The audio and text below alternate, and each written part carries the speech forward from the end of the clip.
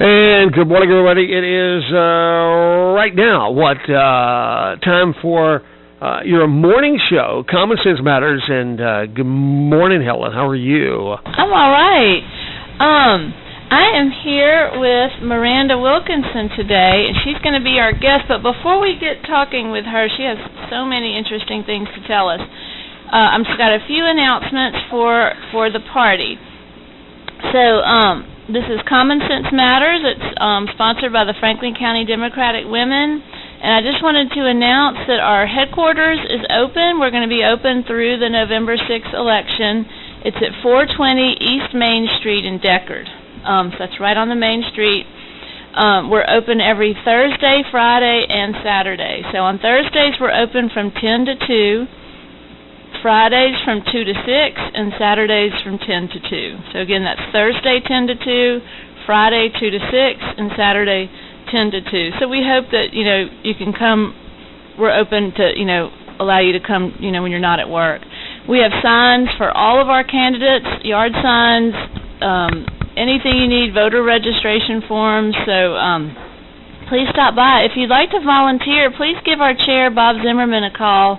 His number is 308-7202, and he will give you a shift to work. We're also going to be at the Fall Heritage Festival in Callan, and that's September 21st to the 23rd. So stop by and see us, get registered to vote, get bumper sticker signs or anything you need for that. And then on Saturday, September 29th at 5:30 at the Annex, we're having our George Fraley barbecue supper and fundraiser. So this is our once-a-year kind of big fundraiser. So tickets are $20. We're Democrats. We like to keep things cheap, but we got to make some money. So there's an election going on. So tickets are $20. I have tickets, and any member of the Democratic Party has tickets. But even if you don't get the tickets beforehand, you can just show up that night and buy tickets as well. So that's the George Fraley Barbecue Supper at the Franklin County Annex on Saturday, September 29th at 5:30. And we know for sure that Mariah Phillips will be there, Sharon Adams will be there, and we're pretty sure Carl Dean will be coming, and we're hoping for Phil Bredesen as well. So, and by the way, let me just go over a little bit of just basic information about the upcoming election. If you are not yet registered to vote, you have until October 9th. That's the deadline to register to vote.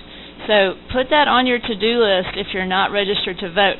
And you don't have to go to the annex to get registered. You can just, if you are someone who has internet at home or goes to the library or whatever and gets to do your internet, it's GoVoteTN.com, GoVoteTN.com, GoVoteTN.com, and you can register online. When you register, the folks at the Election Commission office are going to mail you your voter registration card, and you'll need to bring that with you the first time you vote, your card. You always have to bring your ID with you, but just the first time you vote after registering, you need to bring your card with you. And that will come in the mail shortly after you register. So the early vote, so the deadline to register is October 9th, and then early voting is going to be from October 17th through November 1st.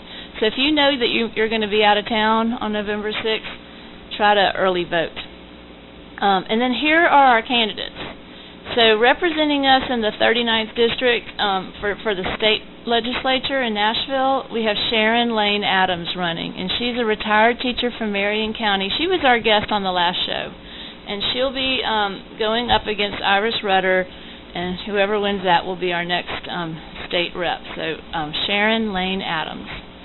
And then for U.S. Rep, we have Mariah Phillips for the 4th District, which we all live in here, is in the 4th District, going to Washington. So that is Mariah Phillips. She is a school teacher from Murfreesboro and mother of 5. She will be going up against Scott Desjardins, our current U.S. Rep. And then for governor, we have Carl Dean. I'm sure most of y'all have heard of him. He was a 2-term mayor of Nashville during a time of big growth for Nashville. And he's going up against Bill Lee. And then for U.S. Senate, we have Phil Bredesen, 2-term governor of Tennessee, going up against Marsha Blackburn for U.S. Senate. So that's just all the basic information I wanted to get out to y'all. And let's now talk with Miranda. So what we're talking about today is completely apolitical. This is a political show, but today we're going to be apolitical. This is not at all a partisan issue. But it's something that I think is really important for the people of Franklin County to know about, and it's the idea of getting a rec center here in Franklin County. But first, let's get to know a little bit about Miranda. I've heard that Miranda has been on the radio here a lot before, and I didn't know that. So y'all probably know a little bit about her, but just in case you don't, tell us a little bit about yourself, Miranda. Where are you from? Your family? Where'd you go to school? What's your job? Yeah, so I may first also begin with, I'm not associated with any political party here. I'm just here to speak on what we're doing in our community. But to get back to me, who I am, I grew up here in Franklin County, born and raised here. I attended Broadview Elementary School, and then I was at North for about 6 weeks, and ended up transferring down to Huntland, where I finished out, graduated from Huntland, and I got a scholarship to play basketball up at Campbellsville University in Kentucky. So I played there about 3 years, and then I ended up transferring down to Athens State University in Alabama, finished out there, and I worked at the Space and Rocket Center for about a year and a half. In Huntsville? In Huntsville, yeah. I was a camp counselor, but then I also served on the curriculum team there as well. And I applied for my very first teaching job here in Franklin County, and Mr. Bean was one of those that was sitting amongst the crowd. And he had been your principal before. Well, when you were at North. He was not my principal at North. George Butler was, Mr. Butler was. Okay. Yeah, Mr. Bean was part of the hiring process, and Miss Linda Jones gave me my first job here in Franklin County, and I've been here, well, I don't want to say ever since, because I've always been here, but that as far as teaching career goes, that's where I've been. And what was your major in? Like, did you specialize in science? I did not. It's kind of crazy. Growing up, I fell in love with the human story, and I was drawn to social studies. It was either going to be social studies or English, and I took the social studies path. So I actually majored in social science, in the social sciences, and with a minor in education, and that's kind of the route I took. I do have a master's in instructional media, so that kind of leads me more to the STEM focus. But I was not involved in STEM until about, not last year, the year before, so about 2 years ago. I was a social studies teacher at North Middle School. I was there for 7 years teaching social studies. And Miss Linda Stewart approached me and asked if I would kind of head up the STEM week there at the end of the year. And I was like, Miss Linda, I'm social studies. I'm not science. This is not my, I don't want to say area of expertise, because I don't consider myself an expert in social studies, but it was not my major focus area. And she's like, Miranda, I want you to do this. Come do this. So I'm like, okay, well, I can organize and I can get some things together. So we had our first STEM week, and I thought, all right, well, if I'm going to have to do this the next year and the year after that, I might as well learn a little bit more. So I applied, or I don't want to say applied, I paid to go to the TSIN STEM Innovation Conference up in Nashville that following year, to learn a little bit more about STEM, and I ended up finding myself in this STEM position from there. So. That's wonderful, man. And I imagine working at the space camp, you saw like what the end result of knowing STEM issues would be, Right, and that's kind of STEM is a major focus of the Franklin County School District, along with safety and family engagement, our Read to Be Ready programs. Right. But it's not necessarily, giving these kids this discrete skill set. We don't want that. We want to can I interrupt you one sec? There might be people in the audience who aren't familiar with the term STEM. Oh, so yeah, could you true. Tell everybody what STEM stands for? We often use these acronyms that we just assume everybody knows. So what does STEM mean? Right. So STEM stands for science, technology, engineering, and mathematics. It's been around for a while, but it hasn't been really a buzz acronym until the past several years. And our state's actually taking a huge initiative, trying to pump in more STEM and innovation and creativity into our classrooms Our Tennessee Department of Education has partnered with Battelle, and they have formed what's known as TSIN, the Tennessee STEM Innovation Network. And the Tennessee STEM Innovation Network works with, provides a lot of professional development opportunities for teachers. I was part of both of their programs last year. Their innovative leaders, as well as their Tennessee rural cohort. We actually have 2 teachers that applied and were accepted into the rural cohort for this year up at Swanee, Lauren Godfrey and Donna Barnes. So that's exciting. That came out yesterday. That was announced yesterday. But it's basically this push to bring more STEM into the classroom, because we know that science, technology, engineering, and mathematics, that's where we're going in the 4th Industrial Revolution. That's what's here. We are preparing our future workforce. Dave Breitenstein, says economic triumph is related to educational triumph. So we want to make sure that our kids are prepared, and again, not with just this discrete set of skills, but this problem-solving mindset, that whatever comes to them, they're able to think through, be flexible, be creative, and come up with new ways to solve problems.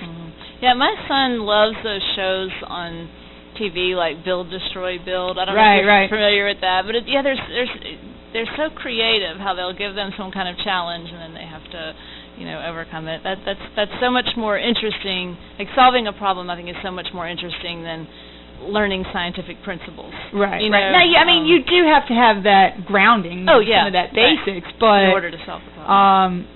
It's that taking from just the sit and get to let's let these kids figure it out on their own. And that's something that the next generation science standards are really promoting. Our new science standards that were rolled out this year. So doing a lot of hands-on experiments. A lot of hands-on experiments and more of the student-centered classroom rather than teacher. Teachers feel like they have to know everything when they get up in front of the room, and they're doing their best. But it's almost as if these science standards are like, wait, we know you're good at what you do. Let's let the kids have time to practice and figure it out on their own. So it takes a little bit of weight, a little bit of pressure off the teachers, but there's still always that end of the school year test you have to prepare for and things like that teachers are constantly keeping in mind. Well, speaking of experiments, I'm a county commissioner, so I was at the county commission meeting that we had on August 20th, and I loved how you used an experiment in your, so Miranda presented to the county commissioners the need for a rec center, and she did an experiment in her presentation, and it was so great, and it really just brought everything to life and illustrated things so much better than if you had just said, this is important to people. You really illustrated that so well. And but first of all, why don't you tell us, basically recap what you told the audience that day? I don't know if I could do that word for word. Not the whole thing, but basically you were telling us about the idea of that Franklin County needs a recreation center or a rec center. Why does Franklin County need a rec center? Again, education is my why in life, and it's not just the education that you think. When you think of education, you automatically think of a school building, of a classroom, but that's not. Everything in life is a learning experience, and you educate yourself on your relationships with people because you want your marriage to work out. You educate yourself on your relationships with your kids because you want them to be successful in life. So you're constantly bringing in all these learning experiences. And science has proved that, healthier people are generally happier people. And I'm constantly looking for ways to better myself, to be a better me. And if that involves health, which science is connected to that as far as being happy. And I personally know what being active has done in my life. I kind of gave the story. I played basketball. Sports has always been a thing in my life. And I don't want to just say that this rec center is just for our sports kids, because a rec center and a community center is so much more than just athletics. It's a place where people can go and talk and spend time together, collaborate. We can have conferences.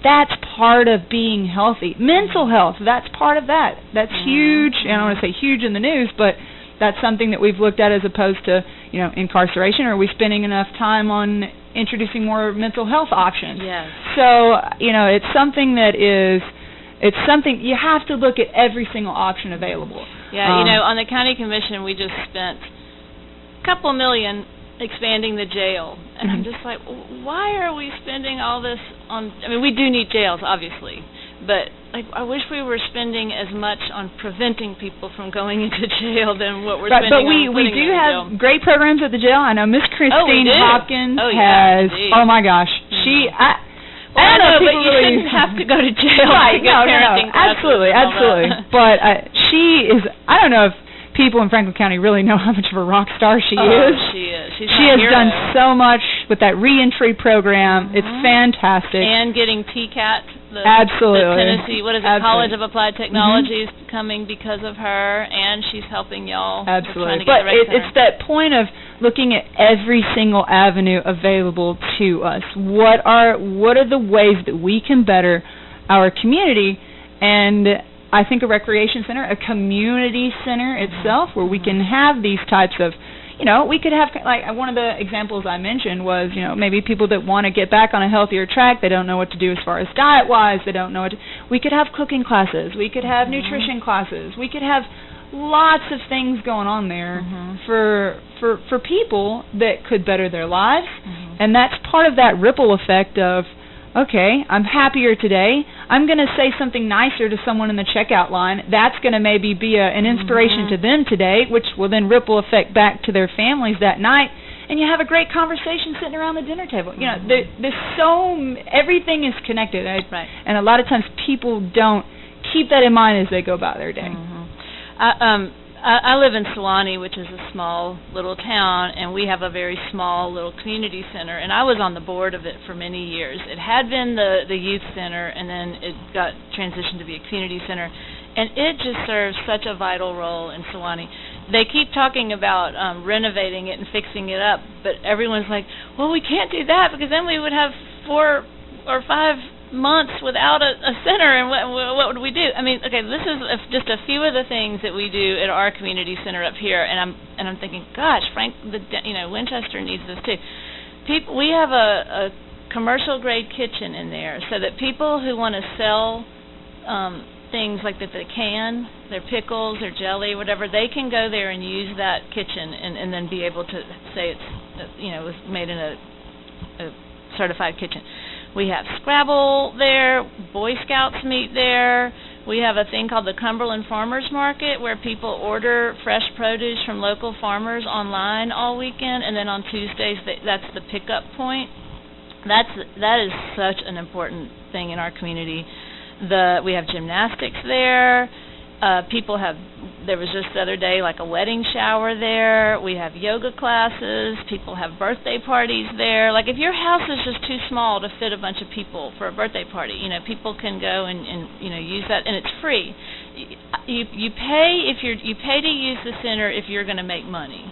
Like when I teach yoga there, for example, so I pay because I charge for my yoga classes. But if you're doing something like a wedding shower or a birthday or giving some type of a free class, then you don't have to pay anything to use it. We have Tai Chi. We have a meeting room so that various clubs in town will have a place to meet. I mean, it is so important in our town. And I'm wondering, Winchester needs that too, and so I think it would just be such a great thing. You gave a lot of good examples of what people might use it for. What were some? I love the one that you gave about the girl coming home from college that's not quite connected into her community. Just give us some of those scenarios that you gave. Right. Us. So or the mom needing babysitting and. Right. It's part of. I think a lot of times when we look at something, we might just say, and this was part of Alan Alda's experiment, what I used at the beginning. He's fantastic. Tell us about the experiment. It was so great. Alan Alda, I'm sure everyone knows the name, MASH. He's most noted for MASH, but comedian, actor, huge activist, but also he's a citizen scientist. And one of his experiments was carrying a cup of water across the stage, having someone carry this cup across the stage. An empty cup. Yeah. And it's not really eventful whatsoever. There's nothing really profound about that. You just look at it and it's a cup. Someone's carrying a cup across the stage and setting it on a table. But then he calls the person back, and he fills this cup up with water. And not just fill it up. I'm talking to the brim of this cup. And before he allows this person to walk across the stage and do the same exact task, carry the cup to the table, he says, if you spill a drop of water here, then your entire village dies. And immediately in this scene where he says this, it's almost like you can hear everyone go, like, oh man, now there's a human story attached to this cup. What once was just a cup is no longer a cup. There is a human story to this, and that's something that we can all connect to because obviously we're humans, right? So in the demonstration he does, the person actually makes it across. I'm talking inch by inch. Someone shouts out from the crowd, drink it! And he's like, oh, that's a great idea, but no, you can't do that. Now, Chuck Stein's killed us all. Well, happy to report right now that District 4 is alive and well this morning. That is my district. Right. So we are still here. But Mr. Chuck Steins was making his way across, spilled a couple little drops, but that's okay. We're all here. The point was the building would be filled. The with point was, this building that we're talking about is not just a building. There's a human story that is connected to this building, and I gave a few examples, some that were shared by people that I know in my life, how centers like this have changed. One of them was, this isn't just a building. This is a place where a young mother can go who maybe hasn't had a chance to work out since she's had her 2 young kids. She wants to get back in shape, but she doesn't have child care. Maybe the husband works night shift. Who can watch her kids? Maybe there's child care available at this recreation center, which then means she can improve her health, which then means it's that ripple effect for the rest of her family. Another one was, grandparents. We have seniors here in our community, and a lot of times when you think recreation center, you think, oh, little kids. Yeah, no, it's for everyone. So you've got grandparents who maybe want to walk around an indoor track to stay out of the elements. Maybe it's intense heat in the summer or extreme cold in the winter. This past winter we had single digits multiple days, and right after the holidays when you've eaten all that food and you can't get out, walk around, but this facility could provide that indoor walking track to where these grandparents could, continue, stay active because they know that one more lap around that track could mean one more day to spend with their kids with their grandkids because they're staying healthy. That's one more day in the summer they could get out and pitch a ball with them. Just connections like that. Another one I think I used was, you've got a college girl coming home during the summers or maybe just graduated coming back to her hometown, and she longs to be in an active community and with active people because, when you go to college, there's always something to do. Yeah. You come home and, we've got Motlow nearby. We've got the University of the South. A lot of them go to their own homes during the summer, so I don't want to say it's completely vacant because y'all do have a lot of programs going on up there in the summer, but this would give her maybe some wellness classes that she could be a part of in that recreation center, and she realizes, she's not lost. There is a place for her here. She just wasn't connected yet. She hadn't found her place yet. So, bringing back those students coming home from college, giving them something.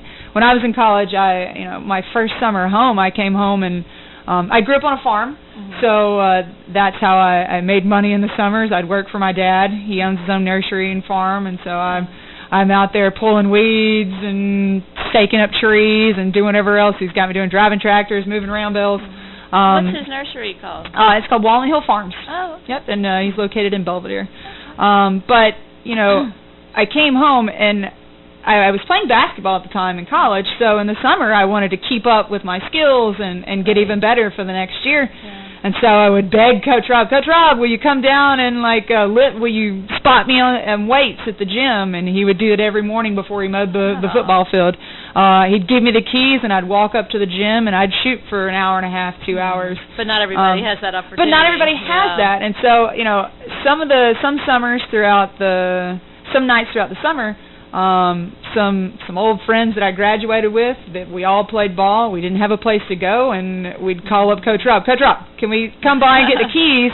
we'd have 20, 25 people down there that had already graduated that were there to play some pickup ball for the night. And so we have schools around. We have those places. Now there's more of a liability issue. There's all of that involved. But with a recreation center, it's not like we have to go banging on someone's door for keys. We come because we know this place is for everyone. And a lot more activities than just basketball. It's not just basketball. So many more things that we have ideas for in this community center that everyone can benefit from. And it's not just what you would say, quote, the sporty kids or sporty people. Could be, like I said, that gaming room. Let's bring our games here and we'll all play games tonight. There's so many other options. Another one of the examples I used was the kids who maybe haven't found their way into mainstream sports yet, but they love skateboarding, and maybe this facility could have a skate park on site. Oh my God, I would love that. My son loves to skateboard, but he just skateboards on sidewalks, and that's not very fun. But if you had this, like an empty swimming pool type thing, my God! What's interesting is, we sent this survey out to students, and one of the top 5 things that they wanted was a skate park, and that was huge. And they wanted this. You know what just broke my heart recently was when the skating rink closed down, and now it sells patio furniture or something. But that was such a great place where kids could go at night, get together, have fun, get some exercise. I mean, it's great exercise, roller skating.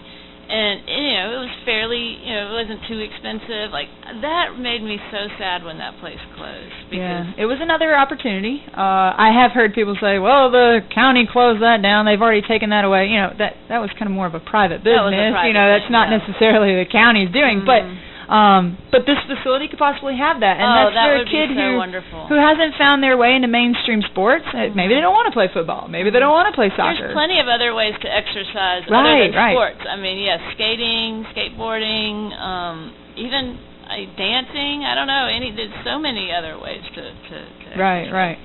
But I think the skate park would be such an addition. I know that my son would want to go to it. I was impressed by how many people were at that meeting. I mean, I've been going to these county commission meetings for 4 years. I have never seen the place packed like that. What are those people? It was all seemed to be young families too. What were they wanting? What were some of the things that they said that they wanted in a restaurant? Well, it's taken a lot of work to get the word out on this, on when things were. We've had to change up a few dates.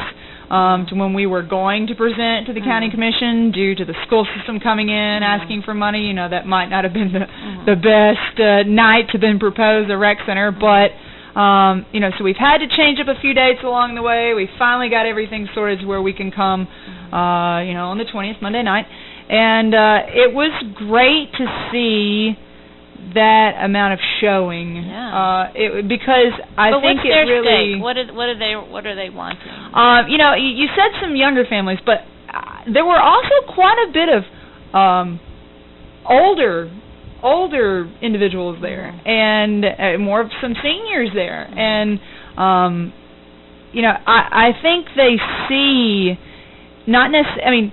Yes, it will benefit them, like I said, grandparents, whoever come to walk on the track. There are many benefits for them, but it was also kind of moving to think that these people are here for our younger generation. They're thinking of those behind. I used to show this documentary to my students in class when I taught geography, and it kind of fell within our natural resources unit that we did. But it's called Fuel by Josh DeCal. And at the very beginning, there's this guy, this older gentleman that talks about, I don't care what we do to the earth right now. In 10 years, I'll be gone, so what does it matter to me? And I would always question my students, is this the mentality? Is this the mentality that we as citizens need to take on? Like, should we just pass the buck to someone else? Should we just give it to, or should we all be active in and where we are at every single moment? And so we would have this big class discussion on this and talk about it. But it was touching for me to see that generation there, because it was like they saw this is for not only for us, but for the generations to come. Right. It's not the generation now, it's what's to come, and what's our legacy? What are we leaving behind? And I'm not all about leaving behind a particular building or leaving behind something. I do like the idea of leaving behind, what have you done in relationships? And I think relationships can be strengthened through the community center, either directly or indirectly. Again, that ripple effect of... Oh, yes, Sewanee would fall apart without our community center. It would fall apart. It really would. I wanted to open this up to anybody who wants to call in and say, what would you like in a community center, or do you think we need one? And if there were one, what would you want it to have? Can we open up the phone lines for that? It's 962. Oh gosh, what's the number? Clearly, you can't remember. 967-2201. 967-2201. I am so sorry. Every time he has to remind me, poor Al. So, if you have an idea for something that you would want to see in a community center, call in. It's 967-2201. I think the idea of the commercial-grade kitchen where people could go and do canning would be a great idea. And even just family activities, too. I like how we can... Family reunions. And work to be on the same page. Like I said, safety and family engagement is it's our number one focus in the Franklin County School District. And if there's an extra place provided where families can go and spend time with their kids and spend time together, again, that translates into better family dynamics. And it translates into a better school life as well. So it's all hand in hand. It's not one or the other. So many times we see things as separate entities, or we compartmentalize things. We put them in different silos, as opposed to everything is connected, and let's try what we can in every single area to make life better. About, you said, there being a lot of senior citizens there supporting this. I don't know if you've ever been to the Franklin County Senior Center. Have you been there? I have been there, but it's been a very long time ago. I usually run by there on the outside where I used to when I was running. Well, it's an amazing place, and I was on the Senior Citizens Committee on the County Commission for a few years, and so we toured it several times, had meetings there. I mean, they have it going on. They have a community garden. They have a quilting room. It's behind the hospital. It's behind the hospital. It's in a big building right near where all those vans are. They have a garden that they all work on. They have a quilting and a sewing room with sewing machines. Like, so many people, they need to sew something, but they don't have a sewing machine at their house or don't have a place to set it up. They have a library. They had a weightlifting room. They have an aerobics room, a pottery room. And when I went there, I was like, I'm so glad that the senior citizens here get that, but I'm like, gosh, younger people could use these things too, and so the rec center could be that for people of all ages. Right, absolutely. I mean, if I was thinking, and the other thing that the Franklin County Senior Citizen Center has is they have a dance every Friday night. They have dance classes, Zumba classes. They have. And, of course, lunch every day. A lot of people go for lunch. But I was thinking, God, that would be just so great if all age people had access to and that's a way for our seniors to stay connected. What if we had a way for everyone in the entire county to stay connected? Yeah, I think that is just so wonderful. Because, I was thinking, gosh, they should just make this an all-ages facility. Right. Because it has so many great resources. And, when we mention this recreation facility, there are a lot of people that chime in and say, well, we've got the lake and we've got this. We do, and they're fantastic. And we are using many of our resources here. But, part of life is continuing to think, how can we make a place better? How can we do something better? What can we do next? What can we do next to make it better? And, there's that push and pull between people. Yeah, you need your checks and balances, those people that question you so you're not like full steam ahead, which I love full steam ahead. But it's the importance of always using and staying in that mode of action. What are we doing? What are we doing to better ourselves? You take Declaration of Independence, that pursuit of happiness. Our own slogan here in the Franklin County School District, striving for excellence. That's what's on our seal. It's that striving. It doesn't mean we've achieved it yet. We're striving for it. So it's that constant look of what's ahead and how can we better the people in our community. And well, speaking of the lake, one of the locations that y'all had suggested was over at the Swimplex, which is by the lake, and you've got soccer fields there, you've got baseball fields there already, you've got a swimming pool there already, you've got the lake, you've got, it's an optimal location simply because it's near where the majority of our, already built recreation and designated recreation is. I mean, it's a great location. Now, does that mean it's secured? Absolutely not. That's still one of those things we're looking to secure a piece of land and to get rolling with that. And the city already owns it. Right? Yeah, the city does own that, but and we've met with the city. And again, kind of that, are you willing to take some steps with us to see if this is a possibility? No one has said, yes, it's yours or anything. But, it's I'm learning in life there's so many steps involved. A lot of people don't see those steps that take place. They just think, well, why does this not happen? Why is this? Yes, there are people taking steps. Join in those steps and you'll find out. Right.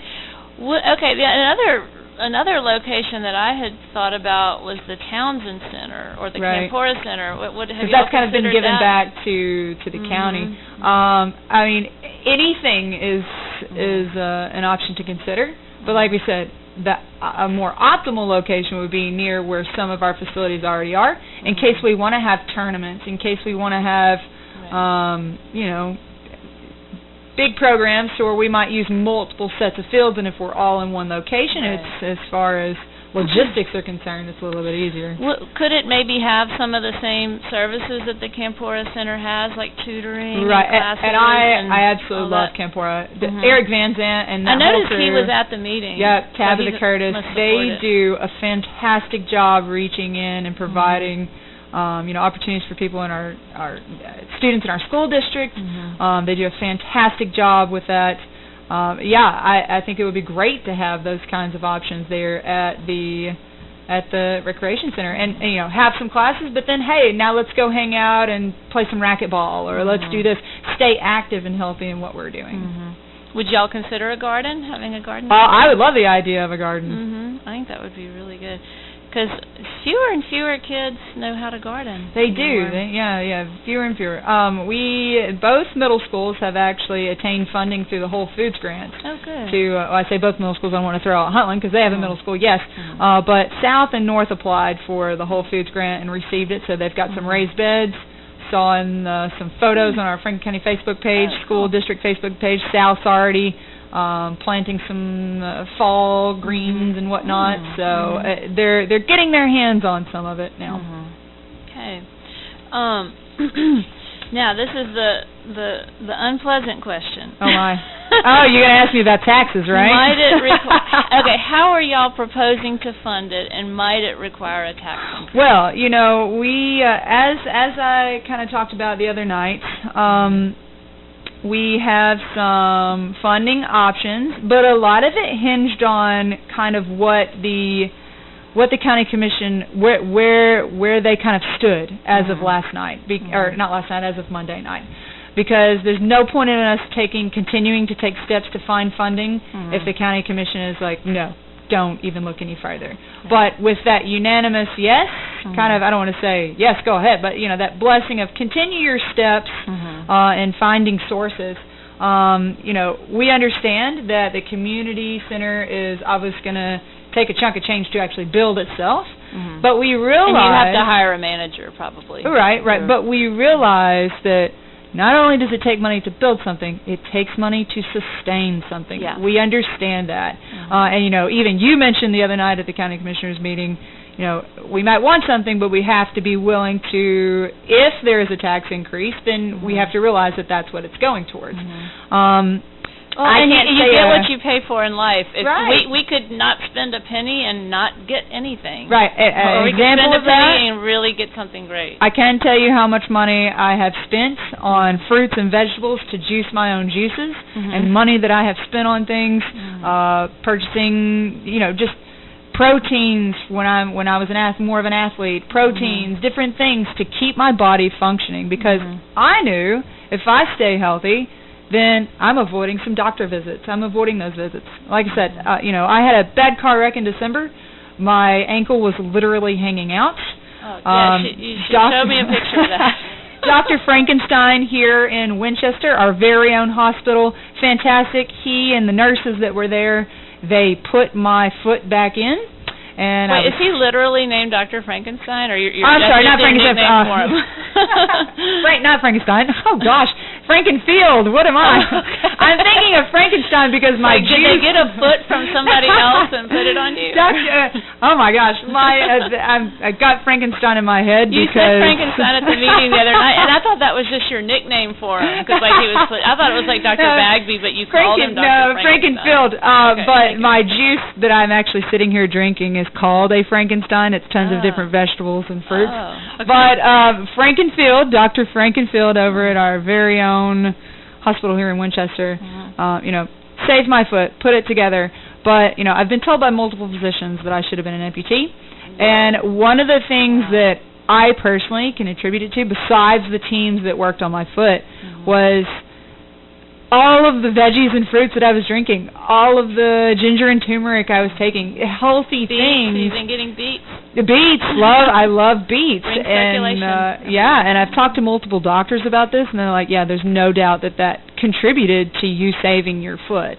So, staying healthy in amongst the everyday process. So your point is that you got to spend a little something. You got to spend a little sometimes to be a better. Don't think of it as spending. Think of it as investing. Right. That you invested in your foot. Right, and so we have some plans already put together for the building model of it, as far as raising funds, applying for grants, talking to corporate sponsors. But we're also putting together a plan for the sustainable revenue side of it because, who wants their taxes to go up? Who wants to have to do that? And I'm sure, there are a lot of people here that own property that don't want to see their property taxes continuously go up to pay for things in the community. And I'll be honest, I don't own property. I rent. Maybe part of my rent goes towards that property tax, but I don't maybe indirectly I'm paying for it, but I don't directly have to fork out money for that. So, well, you do have a car. There may be a wheel tax or something. Right, there could possibly be. So, and we're not I'm personally, due to not owning property myself, I'm not personally, I feel like I can contribute if it involves a wheel tax. Now, not saying it is. Well, no one quote me on that. Your daddy has a farm. I bet he. My father has a farm. He pays a boatload of property taxes. He has 20-plus vehicles there to run to man his operation, and a wheel tax would hit him too. So, it's what are we willing to invest in our community, in our people here, to again create that ripple effect of a happier, healthier community. And isn't that kind of what the goal of life is? You can't always be happy in everything, but you can at least attempt. It's that pursuit. Yeah, and some people might say, well, I've got a pool in my backyard. What do I need with a community pool? Or, I've got a little basketball goal in my driveway. What do I need with a public place to play? But it's so much nicer when people do those things together, you know, as opposed to like one person or two maybe playing on a basketball goal in your own yard. Like that is fun, but it's more fun when you get 9 guys or out on the court playing together and learning from each other. Right. That's how you get better, is by playing with other people. Absolutely. Well, I think it would be wonderful. And the other thing I wanted you to let people out there listening, if you want to see is there a website or a Facebook group or anything? We do have a Facebook page. Okay, so that people, if they wanted to look at the plans, do y'all have that uploaded in your photos? We haven't put the actual renderings up that we showed the other night yet, but we'll definitely do that. Again, we're not getting paid to do this, right? So it kind of hinges upon what time we can commit extra time into pumping stuff out on the Facebook. We know it's important. Yeah. What is y'all's Facebook group? It's called the Franklin County TN Recreation Center. Franklin County TN Recreation Center. So if you go on Facebook, type that in. Okay. Check it out. And we've got some stuff on there. We usually post when our next meetings are. And again, those of us running the Facebook have full-time jobs. Right. And we are also I personally have 2 other part-time jobs along with my full-time job. There are it takes a minute sometimes to get the word out there, but we do our best And we've had some people say, well, we didn't know this was happening. We didn't know this was going on. I mean, WCDT talks about We're letting you know now. And we're letting you know now. You know, I read one of the comments was, well, I wouldn't have known if I hadn't seen this post. Well, that was the point of the post, was for you to see it. So you saw it, so the point is covered. And, you know, part of it is... When do y'all meet? Can the general public come to the meeting? Yeah, absolutely. Okay, so when are y'all meeting? Once a month, and it kind of depends on some of our schedules. It's either the second or third. We're not like, oh, it's always the third, such and such. But we try to pump that out once we've decided the meeting before. Can you see that in the Herald Chronicle? Or something? Yeah. Well, we put it out. Yeah, okay. We put it out. And on Facebook, you would on your page. Okay. Yep. And where do y'all meet? We meet at the Franklin County Annex Building. Okay. Okay. Right there on the main drag. About once a month. Yeah, okay. roughly once a month. Okay. And what is y'all's committee called? We are the Franklin County Community Center Recreation Committee. It's really long. How many people are on the committee? There are... I know Dave Van Buskirk's on right, there, he is the chairman of the committee. We have... Stanley Bean is Mr. Bean, Johnny Hughes, Miss Linda Jones, Christine Hopkins. She's not technically on the actual committee per se, but there are people that show up, and we have several on the actual list. And again, it kind of falls into where some people end up showing up that night, some people don't. You know, kind of like county commissioners. Not every commissioner is there every single night. Yeah. But those working to behind the scenes, even if they might not show up at that every single meeting, you know. Okay, we never got any calls. Does anybody want to call in and say what you would like to see in a community center? How about Al? We'll ask Al. What would you like to see in a community center? Or do you have any ideas? No, I think you've touched on almost all the things that are needed in one. I know that they're talking about taking over and helping with the upkeep of the swimplex. You know, I guess the swimplex is, I don't think it's adult friendly for having a place to actually recreational swim. There's a place for workout swimming, you know, that kind of thing. I just don't think that, you know, I like the you know, the idea of upgrading the swimming pool area. I think that's a positive, and of course, you know, I'm getting back into the basketball world, it looks like, this year. And so I think... Are you coaching this year? That's what it looks like. Oh, my. Who are you coaching now? It looks like... I don't want to let it out too premature. Oh, come on. We got to know. This is like the first, first telling. I'm filling out the paperwork at this time. So it's not 100% official. Okay. But tryouts are next week. Oh, my. But anyway... Wait a minute. Are you going back to Broadview? No. Okay. Somewhere else. Yeah.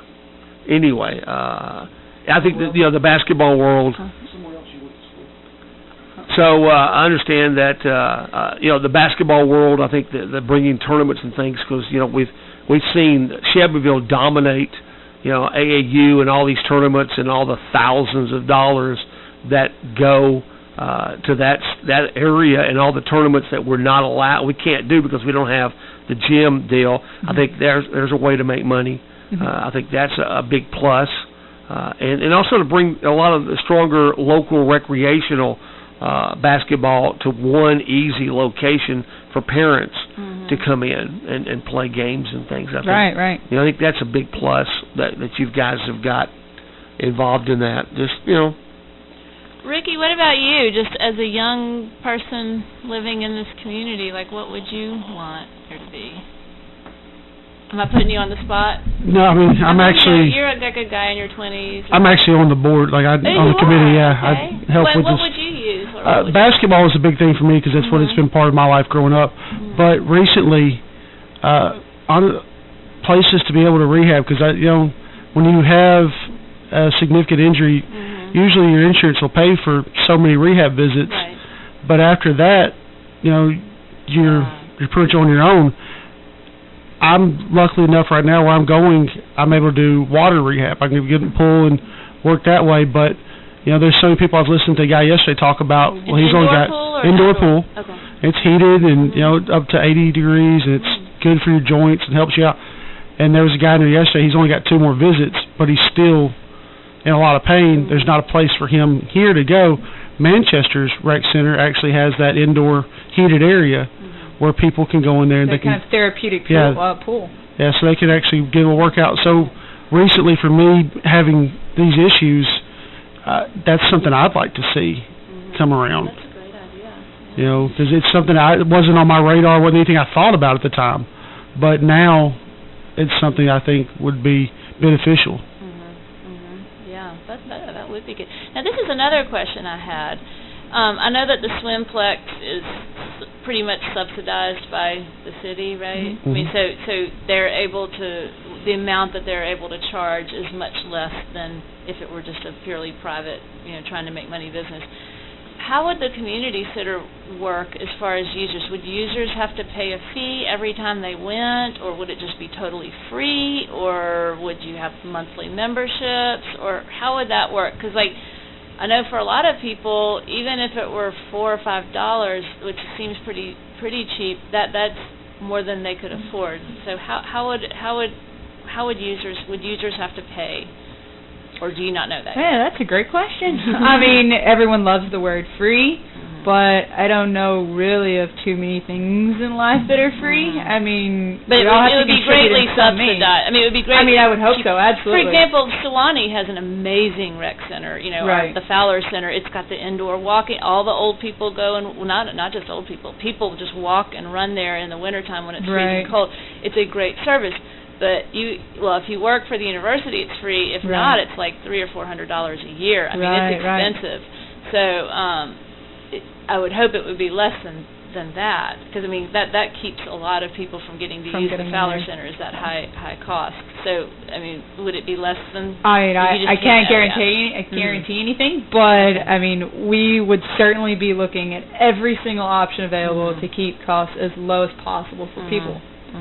So, like I said, I can't guarantee. But that's also where it comes into having the events, like we said, the basketball tournaments, the indoor soccer tournaments, the rec league games. You go to the rec league game on Saturday, you pay $5 to get in. Events like that and things that we could, expand on. Indoor soccer in Tullahoma is huge. They have, and the teams pay $100 a weekend to come in and play. And there's, I forget how many teams, like 40 or 50 teams that play over there on a regular basis. So things like that will help keep the cost down for everyone else. So when you're looking at building it and we're like, well, it's going to cost $12 million because we're trying to put in X number of courts.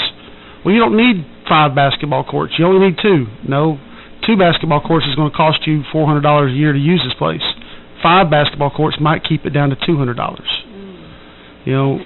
So we're not trying to just throw all this stuff out there because, it's going to be nice for Franklin County to be able to have, I want to be able to shoot by myself down there. I don't want to have to play with everyone else. No, we're doing these because it's a way to help keep the cost down for everyone else and keep the cost down for the county.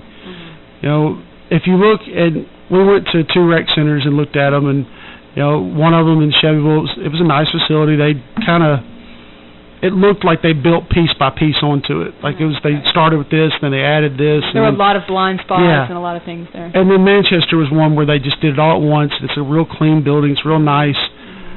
But Manchester, as nice as it is, it only sustains 70%. Like they only make 70% of what their cost is. And that's not the norm. That's rare. Is that because they've got Bonnaroo money, or? Well, no, it's just from people coming in and using it and where they get their fees. Like we said earlier, basketball tournaments they do during the spring and summer every weekend. Almost, it feels like there's an AAU tournament out there.